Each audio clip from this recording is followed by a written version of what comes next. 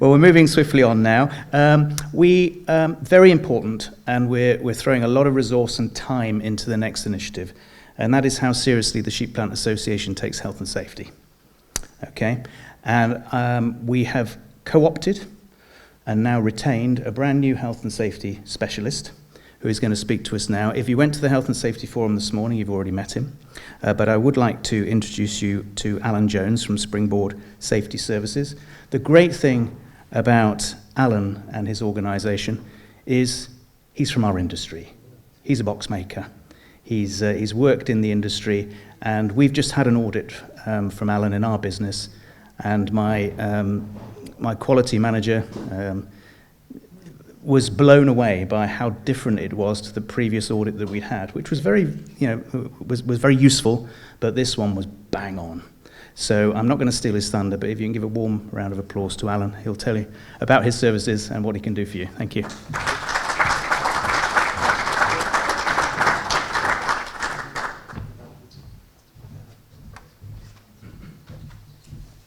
I have to say with my health and safety hat on that I noticed that 50% are using the steps and the other 50%. So I think next year it's going to be barriers, handrails. Apart from the SAS, I'm quite happy for him. He can come up here any way he wishes. He's probably well trained in it. So Springboard, who are we? What are we? We're a specialist in health and safety. We have a number of associates. We're working around the UK, not just in corrugated, but we have other clients as well in that. We specialise in things like gap analysis, audits, and we're looking at one of the gap analysis audits, which we'll be talking about as the initiative later. Risk assessment, training, and refresher courses. So we sort of mix the lot in. We service everything in the industrial and healthcare as well. So we do have a side where we have consultants that work on the healthcare side. Some of the things are common to our industry as well, so she's able to come in, but she does specialise more in care home work and such as training and that. So it was established in 2007 by Keith Humphreys. Some of you probably know Keith, may have worked with him, and Lynn Moen. They set the business up after leaving Saker. And they run the business up till last year, where Keith's health has sort of deteriorated. He didn't know what to do with it, so he decided that I could acquire the business from him, because I'd been doing quite a bit of work for him anyway, over the period. So here's the team, myself at the top. So my background, I began life in engineering, right at the sharp end, taking machines apart, heavy industry, metal processing, 2,000 employees, full apprenticeship, and then sort of evolved from there. I finished my time, worked in a factory, fixing machines, taking things apart, and then moved on to the commercial world. I worked for people like Kraft Foods. I went into selling, completely different, and then followed that path, more of a commercial sales, marketing path, and then eventually, about 28 years ago, coming into the corrugated side of it. So I joined SCA, a short period in the integrated plants, and then to run the sheep plant. So I feel your pain, run the sheep plants, and all the tricks, and a great learning place as well. And I stayed there and eventually moved as a director of the NCASE group, sales and commercial director. But always sort of kept my sort of hand in with what happens on the factory floor. It's always been a passion of mine to keep my hand in with that, because I started life on a factory floor, I guess. Moving from there into consultancy. So I left there, did some consultancy, then did work for ASSI Domain, joined them as a commercial manager for a short spell, then back into consultancy, and I was consulting to that group for quite a while on sales and marketing side and things like that. But eventually being called back in to run SCA Telford. So I went back as a sheep plant manager, so I did a bit of a full circle. And in a place that I've always enjoyed. So sheep plants are something special to me. Even when you're in a group, you sort of control it. You have a family around you, you build it, and you run it, and you look after that toy, if you like. So that was good. And then I stayed there. I also became operations director for the Histon sheep feeder. So I kept the sheep plant, and I sort of had the sheep feeder as well. So I could actually, I suppose I could make a complaint and send it to myself, you know. So there we go. Yeah, so that was my background. Peter, who's here, Vivian is my wife. She does all the finance administration for the business, all the good parts like the invoicing. Peter, who's sat at the front there, is a consultant with us. Peter's similar background to myself, so engineering in at the hard end, nearly 30 years in the corrugated industry in health and safety. So, but very much machine focused, process focused, you know, see things going around. He knows what they actually do. And then we have some other associates in different sections of the site. So, how have we developed things? How have we worked? Well, working with our clients, we look at everything with them if they need it. Some are very good, some need support. We look at controls, legal compliance. We do a gap analysis audit, which is where we want to come in with all the members here today. Hopefully you'll take up the opportunity. We look at risk assessments, safe systems of work, which we get from that. I did a project, some health and safety training, and someone in a care home, and he said, I've got all my risk assessments, you know. He said, do you want to see them? I said, where'd you keep them? He said, in the drawer. I said, yeah, bring them along. So he brings out all the health and safety, and he puts it down, and he says, what do you think of that? I said, very good, yeah. I said, where's the safe system of work? He said, what's that? I said, when you do this, you're trying to sort of develop a safe system of work. So all your people here that's moving equipment, you know, lifting people out of beds, where's the safe system of work? I never thought of that. And he was very good, but he just, you know, so it's sort of completing the circle. And that's what we wanted to highlight to him. We look at health and safety plans with people that help them set KPIs. Some people have them, some don't, you know, but we look at things like near misses. Even the starting point before that, before you get to near misses, we spoke about it earlier, is getting people to engage and buy in. So that thing where they actually change their behavior, and they do actually recognize other people's behavior, and they're able and feel confident to actually correct it when they think it's not right. And that's what we try to instill. A number of companies I've worked at, I've seen a brilliant culture change, purely because they bought into it. Lots of people come on board, they like the training, all the support we put, and they do move forward and just change the total attitude of how they work. So the law, this is quite a good one. So employers have a duty of care to safeguard employees, and we do that by following the law. And we have some things that put in by our friends, the HSE, which some of you might have met, or we might call them the Taliban, whichever, but they are actually there. They are there, and they are going to come and see you if they haven't yet. And two of the things, there's a number more in the law side of it, but the Health and Safety Offences Act as well. So we have that. We have a duty of care to the employees, but they also have a duty of care to follow the rules. And if they're not following the rules, then they're liable as well. And I find when I go through presentations, when we do training, various training, whether it's fire, whether it's manual handling, a lot of the employees are not aware of their responsibilities. We can usually sharpen that up, so they quite say how much a fine would be against the company. Well, it's unlimited, and the fines vary. I mean, if you look at last year, just a few figures I put down, a fall from a height will cost you about £190,000. That was somebody who fell and had life-changing. A hand being severed, £115,000. Injury while cleaning machinery, £200,000. And there was one last year as well, which was £1 million, which was an incredible fine. The individual, this is the bit that I always get them focused on. How much could a fine be against an individual? So maximum £20,000 per breach. Now, that's payable by them, not the company, on their behalf. And once you actually put that to them, they think, wow. You know, some of them say, well, I haven't got £20,000 in savings. But the reality is that duty of care that they need to follow, and following the rules, could set them back. So something they ignore, a wire that's probably, severed or starting to break down, which could make the machine live, if they deliberately ignore it, knowing it's there, then they are becoming, under investigation, they could be part of that liability and are likely to be fined. Hence, if they reported it and it's not acted on, then the chain is actually affected by it.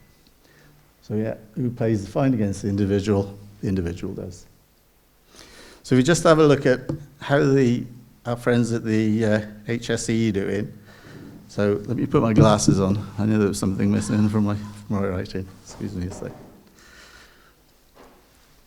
So if we have a look at 2019 and 2020, there was just over 7,000 prosecutions by the HSE. And we go into 2020-21, and that's actually dropped 58% to just under 3,000. So are we all getting better, or is there something that was affecting it? In my view, when you look at the background behind it, there were things, and some of you here may have had visits from the HSE to do with COVID. They came in, checked your systems, made sure you had things in place, you'd done your risk assessments. So their focus was slightly different. They were very active, because I know some of my clients where they've been in 2 or 3 times just to keep checking on them. So I think what's happened is that the actual prosecution, a little bit, they've taken the eye off the ball. But I think they're going to be coming for you.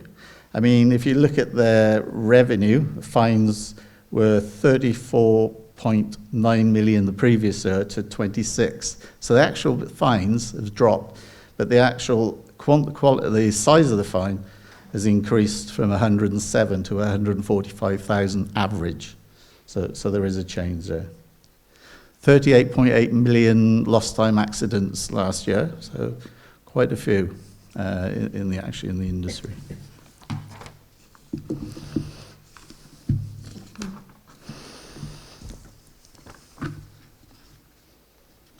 So we're launching, and I'm pleased to be invited as a company to come and work with the Sheep Plant Association, the SBA 5-star health and safety audit. So that's what we're about. That's something that I do with most of my clients. I audit them. One of the starting points, it gives me the gaps, it tells me what they're doing right, it tells me where they can improve, and it helps us put together a health and safety plan for that particular business to get them on track. So what's required? So we audit 38 compliance areas and 391 checks. Sounds quite a lot, but we score off those as well. So we would expect on each of the checks, the maximum score is of three points, and we ask lots of questions, and there's sort of criteria that get you to that. Everything else is then scored from 0 upwards, the actual score. So we're aiming for a 3 target, but it doesn't matter if we get there. We just need to have that target as a starting point. What we look for and what we'd expect from the members is a 70% achievement across that. And that leaves 30%, which might sound a lot, but they could be quite quick fixes. And that's what we would actually be looking to do.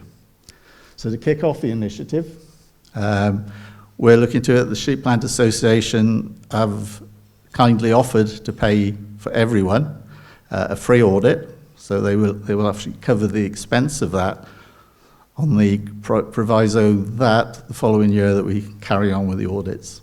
And we probably will want to, because we'll want to improve the score. We want to sort of say, well, look, we have achieved this. We've set these as goals.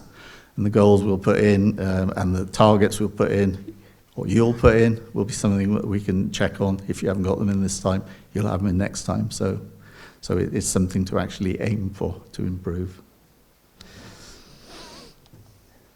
So if you have some questions, that's me more or less over. I can tell you a little bit about an audit I did on I should actually just say this to you because it's sort of amusing but serious as well.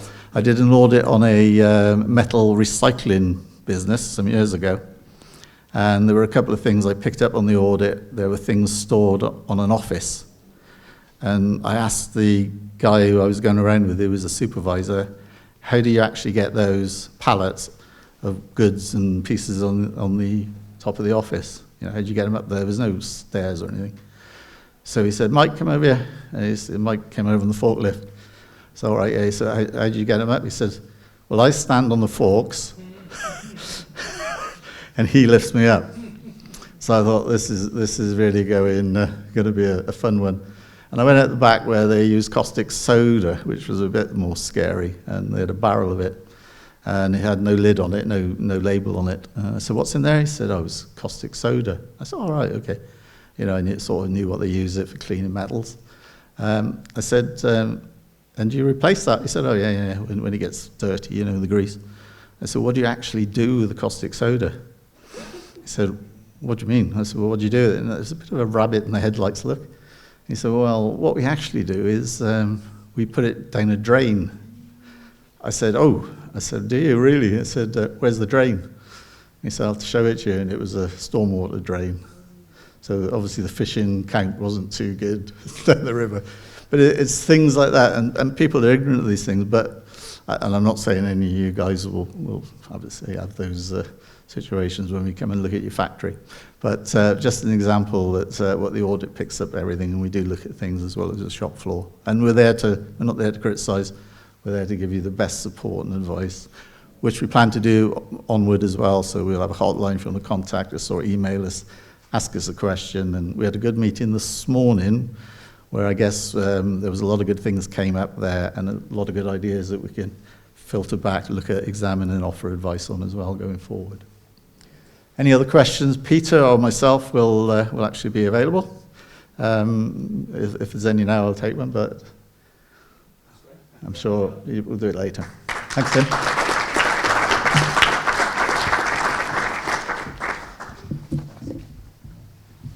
So just to reiterate that offer, any converter member can have a full-day audit, free of charge, and the Sheep Plant Association will pay for that. We've got a budget of about £25,000 to get all these audits done. We are a not-for-profit organisation, and we've got the embarrassment of having funds in the account at the moment, so we can't think of anything better to spend the association's money on than making your plants as safe as they can be. Dairy Pack had their first audit with Alan about 3 weeks ago, and we were blown away by it.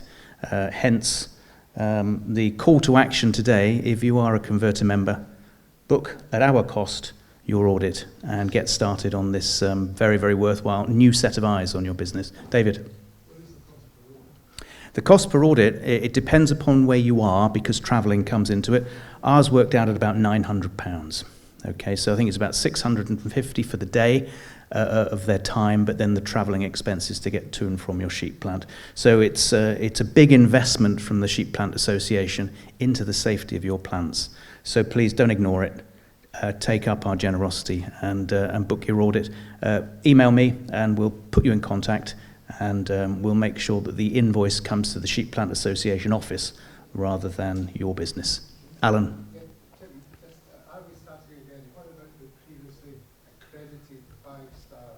Yeah, 5-star as an audit, because it covered lots of different areas other than health and safety.